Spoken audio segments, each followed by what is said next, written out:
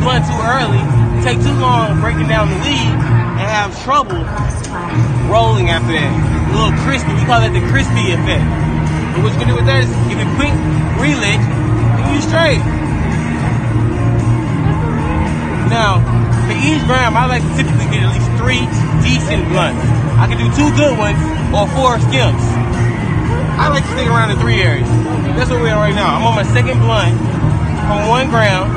I took from a 3rd point forward. Once I hold that tuck, easy business. Tuck, tuck, tuck, clasp. Once you clasp, you have about 40% of your blunt contained and ready to be smoked. All you need is that first lick. Now the first lick is the most important.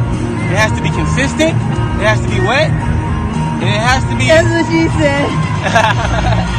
Now watch this lick. I want to dry my mouth off of saliva. I want to get that natural saliva. Ah. Boom. Now once you get your shit right, ease it on in, crisp tuck. Now how tight you roll your blunt has to be consistent with how delicate you broke it down. If your shit's real buddy still, you want to roll it tight as you can. If your shit's grounded with a grinder, all real fine, keep it a little loose so the oxygen can come through. Now this will be 0.4 grams. The one before this was 0.35. Now the 3.5 here and then the 3.5 there gives me the 4. So I like to plan my 4 out for about 5 o'clock. How you guys doing?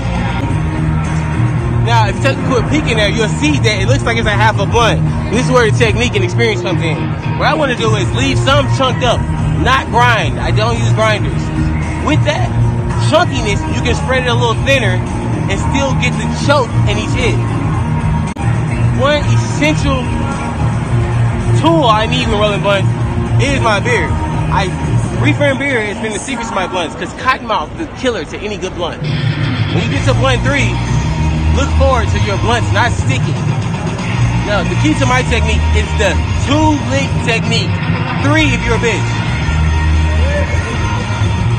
What I'm going to do is pre-tuck and tame the inside of the blunt to form into the circular cone cylinder shape that I desire. Boom. Now, as you can see here, after 1 lick, I'm 50% complete with my blunt. And this last lick is really at my leisure. I'm now timing out my actual high experience. I want to spark the blunt at the start of the next song and or the greeting of a new person. You never want to spark a blunt ambiguously. It should be a conscious decision on what's going on around you, your atmosphere, the conditions. Are you in traffic? Are you early? Are you late? It has a lot to do with how and when you smoke your blunt. And also how much weed you will have after this.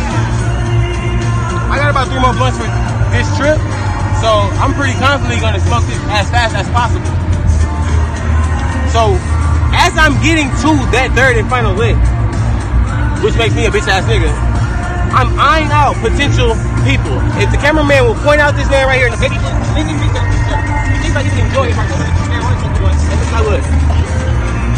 I'm going to try to get his attention while holding the last lick. Because you want your blunt to be at a precise crispiness when you spark it. Contrary to most belief, a wet blunt does not burn slower.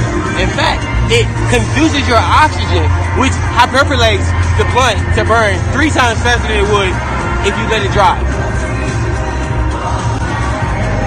Here's a tip I don't tell most people. If you smoke a blunt, smoke a 1/3 of it, put it out, the last 2/3 will smoke as much and as long as an entire blunt.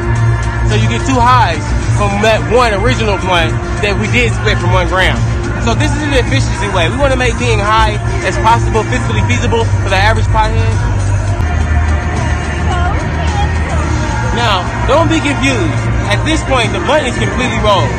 These last touch-ups are me still scanning the atmosphere to find the perfect time and situation to spark this blunt.